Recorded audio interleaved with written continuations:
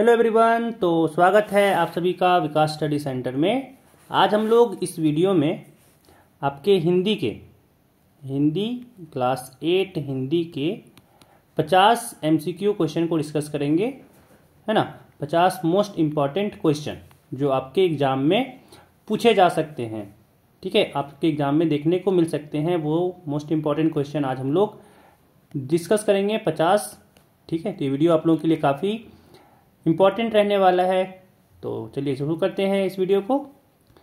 जब अगर अभी तक आपने हमारे चैनल को सब्सक्राइब नहीं किया है तो चैनल को सब्सक्राइब कर लीजिए, साथ ही साथ वीडियो को लाइक कर दीजिए, ठीक है। चलिए पहला सवाल देखिए। यहाँ पे कह रहे हैं यहाँ पे कि निम्नलिखित गद्यांश को ध्यानपूर्वक पढ़कर प्रश्न संख्या 1 से 5 तक के लिए सही विकल्प का चयन करना है। कह रहा है मनुष्य एक सामाजिक प्राणी है, इसलिए वह एकता की कल्पना करता है। एकता मनुष्य के जीवन के लिए अनिवार्य है। परिवार को सुखी बनाने के लिए लोगों में एकता चाहिए। समाज को खुशहाल करने के लिए सभी जातियों, संप्रदायों और वर्गों में एकता चाहिए और देश को आज़ाद बनाए रखने के लिए देशवासियों में एकता चाहिए। इस प्रकार परिवार, समाज और देश को हर तरह से सुखी और भरा पूरा बनाए रखने के लिए सभी लोगों में एकता आवश्यक है। एकता ना होने पर जीवन के सभी अंग टूटकर बिखर जाते हैं, ठीक है। तो अब पहला सवाल देखिए, पढ़िए। कह रहा है मनुष्य कैसा प्राणी है, तो इसका आंसर हो जाएगा पहला नंबर, सामाजिक प्राणी है, ठीक है। अगला सवाल कह रहा है कि मनुष्य जीवन के लिए क्या अनिवार्य है, तो इसका आंसर हो जाएगा दूसरा नंबर, एकता। एकता अनिवार्य है, ठीक है। चलिए अगला सवाल देखिए। कह रहा है यहाँ पे तीसरा नंबर में कि समाज को खुशहाल बनाने के लिए किनमें एकता होनी चाहिए, ठीक है। तो इसका आंसर हो जाएगा चौथा नंबर, इनमें से सभी, जातियों में भी, संप्रदायों में भी, वर्गों में भी, तीनों हो जाएगा इसमें, ठीक है। इसलिए इसका नंबर चौथा नंबर हो जाएगा इनमें से सभी। चलिए अगला सवाल देखिए। कह रहा है एकता ना होने पर किसके अंग टूटकर बिखर जाते हैं, ठीक है। तो चौथा नंबर का आपका आंसर हो जाएगा 4 नंबर, जीवन के अंग जो होते हैं वो टूटकर बिखर जाते हैं। चलिए अगला सवाल देखिए। यहाँ पे कह रहा है कि प्रस्तुत गद्यांश का उपयुक्त शीर्षक क्या होगा। एकता का महत्व, मानव और समाज, मानव अखंडता या फिर मानव संस्कृति। तो इसका आंसर हो जाएगा पहला नंबर, इतना एकता हम लोग किए हैं, तो ऑब्वियस है आपका जो गद्यांश का शीर्षक होगा वो एकता के नाम पे ही होगा, एकता का महत्व हो जाएगा, ठीक है। चलिए अगला सवाल देखिए। अगला सवाल यहाँ पे काव्यांश पढ़ना है। काव्यांश को पढ़ के हम लोग को 6 से 10 तक का आंसर करना है। कह रहा है कि यहाँ पे कि मौसम आज पतंगों का, नभ में राज पतंगों का, इंद्रधनुष के रंगों का, मौसम नई उमंगों का, निकले सबले डोर पतंगे, उड़ा रहे कर शोर पतंगे, चारों देखो चारों और पतंगे। कितना अच्छा था। चलिए सवाल देखिए इस पे क्या है कि कौन सा मौसम आया है, बसंत का, शिशिर का, सर्द का या फिर पतंगों का। तो इसका आंसर हो जाएगा चौथा नंबर, पतंगों का, ठीक है। चलिए अगला सवाल देखिए। कह रहा आकाश में किन रंगों की पतंग है, तो इसका आंसर हो जाएगा चौथा नंबर, इंद्रधनुषी, ठीक है ना, इंद्रधनुषी पतंग है। चलिए अगला सवाल देखिए। कह रहा पतंगों का राज कहाँ है, नभ में, धरती में, मैदान में या फिर दुकान में। तो ऑब्वियस है ये नभ में होगा, आकाश में ना, आकाश को ही नभ कहते हैं, तो आसमान 8वां का हो जाएगा पहला नंबर, नभ में। चलिए अगला सवाल देखिए। कह रहा कि पतंगे किस और हैं, पतंगे किस और हैं, तो इसका आंसर हो जाएगा चौथा नंबर, चारों ओर पतंगे हैं।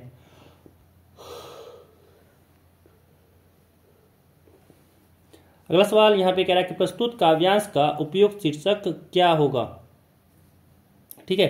तो ऑब्वियस है पतंग के बारे में बताया गया है, तो भाई पतंगों का मौसम हो जाएगा, ठीक है, पतंगों का मौसम तीसरा नंबर हो जाएगा इसका आंसर। चलिए अगला सवाल देखिए। यहाँ पे कह रहा है क्या कि भाई सही विकल्प का चयन करना है। कह रहा है प्राजय शब्द में कौन सा उपसर्ग है, तो इसका आंसर हो जाएगा दूसरा नंबर, प्रा, ठीक है, प्रा। चलिए अगला सवाल कह रहा है इक प्रत्यय से बना शब्द क्या है, ठीक है ना। तो 12 का आंसर आपका पहला नंबर हो जाएगा, ऐतिहासिक। ऐतिहासिक जो है वो इक प्रत्यय से बना हुआ है। चलिए अगला सवाल देखिए। कह रहा है उल्लेख शब्द का सही संधि विच्छेद क्या होगा, तो इसका आंसर हो जाएगा आपका दूसरा नंबर, उत प्लस लेख। अगला सवाल देखिए। अगला सवाल कह रहा है यहाँ पे कि माता पिता किस प्रकार का समास है ना, माता पिता किस प्रकार का समास है। तो 14 नंबर का आपका आंसर हो जाएगा चौथा नंबर, द्वंद्व समास है। चलिए अगला सवाल देखिए, कह रहा है गायक का स्त्रीलिंग रूप क्या होगा। ठीक है, तो इसका आंसर हो जाएगा 15 नंबर का पहला गायिका। गायक का स्त्रीलिंग रूप होता है गायिका। अगला सवाल कह रहा है निम्न में कौन बहुवचन है, केला, कपड़ा, बच्चे या गमला। तो इसका आंसर हो जाएगा तीसरा नंबर बच्चे। बच्चे जो है वो बहुवचन है। चलिए अगला सवाल देखिए, क्योंकि बच्चा एक वचन होता है और बच्चे बहुवचन। अगला सवाल कह रहा है कि सही वर्तनी क्या है। तो इसका आंसर हो जाएगा दूसरा नंबर धर्म। ठीक है, सही वर्तनी धर्म है। चलिए अगला सवाल देखिए, कह रहा है शीश शब्द का तद्भव रूप क्या होगा।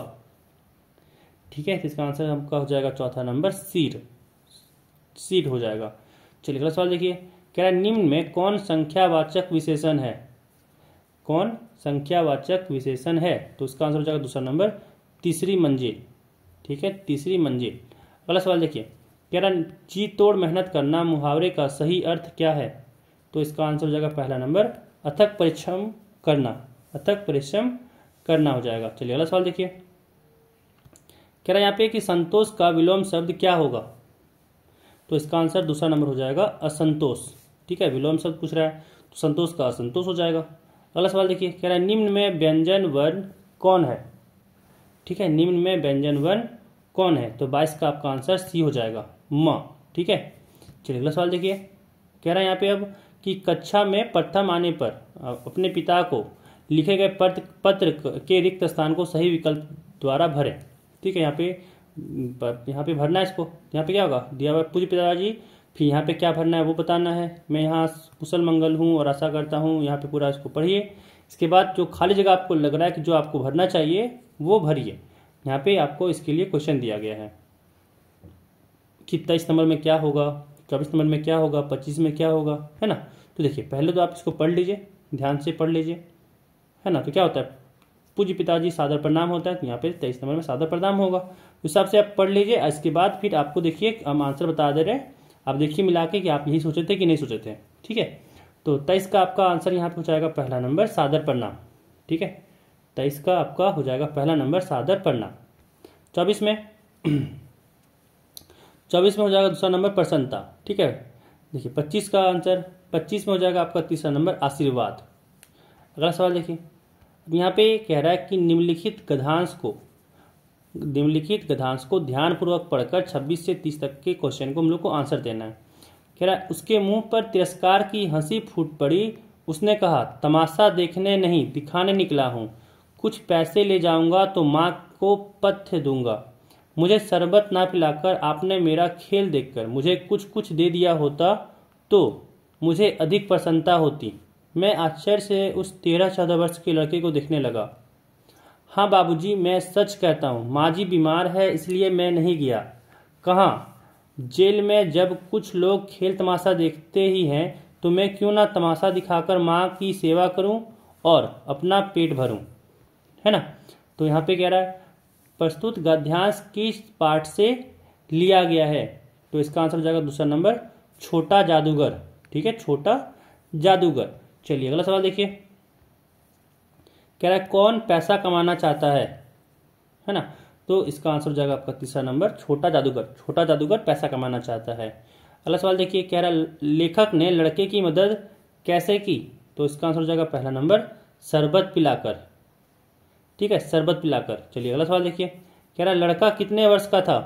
तो इसका आंसर हो जाएगा आपका चौथा नंबर 13-14 वर्ष का। अगला सवाल देखिए, कह रहा है लड़का पैसा कमाकर क्या करना चाहता है।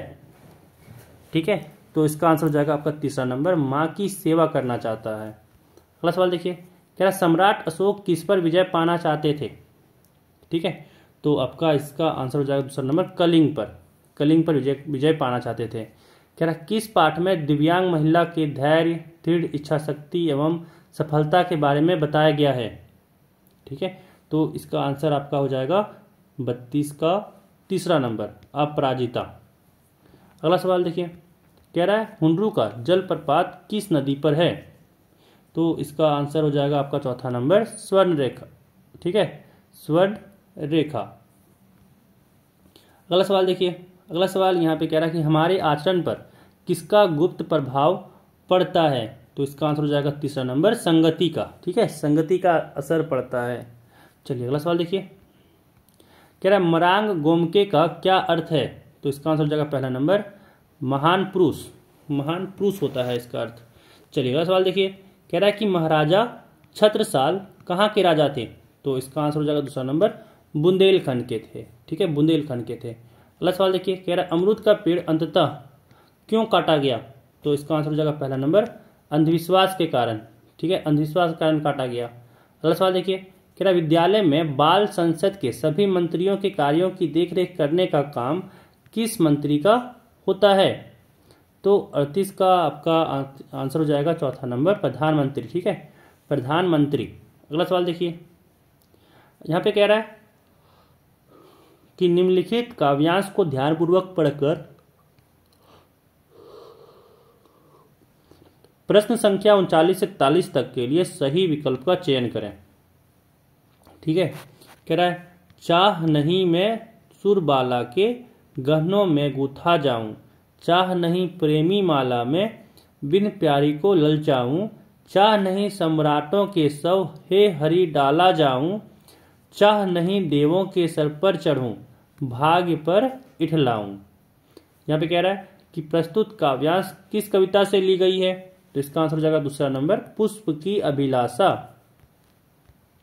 अगला सवाल देखिए, कह रहा है प्रस्तुत कविता के कवि कौन हैं? तो इसका आंसर तीसरा नंबर हो जाएगा माखन लाल चतुर्वेदी। माखन लाल चतुर्वेदी। चलिए अगला सवाल देख रहे हैं, यहाँ पे कह रहा है कि प्रेमिका को कौन ललचाना नहीं चाहता? ठीक है, तो इसका आंसर हो जाएगा आपको दूसरा नंबर पुष्प। पुष्प जो है वो प्रेमिका को ललचाना नहीं चाहता है। अगला सवाल देखिए, कह रहा है पुष्प किसके गहने के रूप में गूथा जाना नहीं चाहता है ना? तो इसका आंसर हो जाएगा आपका एक नंबर सुरबाला के। चलिए अगला सवाल देखिए, अगला सवाल यहाँ पे कह रहा है कि पुष्प किस पर इठलाना नहीं चाहता है ना? तो हो जाएगा इसका चौथा नंबर अपने भाग्य पर। अपने भाग्य पर वो इठलाना नहीं चाहता। चलिए अगला सवाल देखिए, कह रहा है बूढ़ी औरत कितने वर्ष की हो गई थी है ना? तो इसका आंसर हो जाएगा पहला नंबर 75 वर्ष की हो गई थी। अगला सवाल कह रहा है गांव के लोग बूढ़ी औरत के सामने क्यों हाथ जोड़ लेते थे? तो इसका आंसर हो जाएगा आपका चौथा नंबर डर से। ठीक है, डर से हाथ जोड़ लेते थे। अगला सवाल देखिए, कह रहा है कानून की किसी भी किताब में किस शब्द का जिक्र नहीं है? तो इसका आंसर हो जाएगा सी नंबर डायन।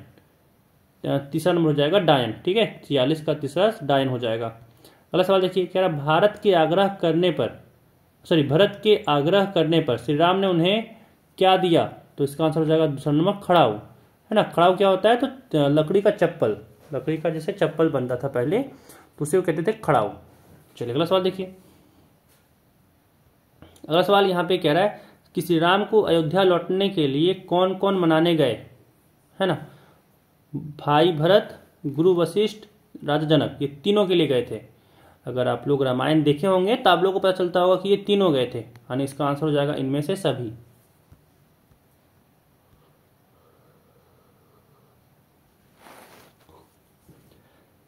अगला सवाल कह रहा है कि विकास के नाम पर प्रकृति के दोहन का चित्रण किस कविता में हुआ है? तो इसका आंसर हो जाएगा तीसरा नंबर बूढ़ी पृथ्वी का दुख। बूढ़ी पृथ्वी का दुख। अगला सवाल देखिए, कह रहा है बूढ़ी पृथ्वी के दुख का क्या कारण है? पेड़ों को काटना, नदियों को दूषित करना, पहाड़ों पर विस्फोट करना, या इनमें से सभी? तो इसका आंसर हो जाएगा चौथा नंबर इनमें से सभी। ठीक है, इनमें से सभी हो जाएगा। तो यहाँ पे हम लोग 50 हिंदी के क्वेश्चन को डिस्कस कर लिए। ये आपके मोस्ट इंपॉर्टेंट क्वेश्चन है, आपको एग्जाम में देखने को जरूर मिलेंगे। ठीक है, ये आपके एग्जाम में आ सकते हैं, वैसे क्वेश्चन है। तो इस वीडियो में बस इतना ही। बहुत अच्छे से ख्याल रखिएगा अपना। गुड नाइट सबको।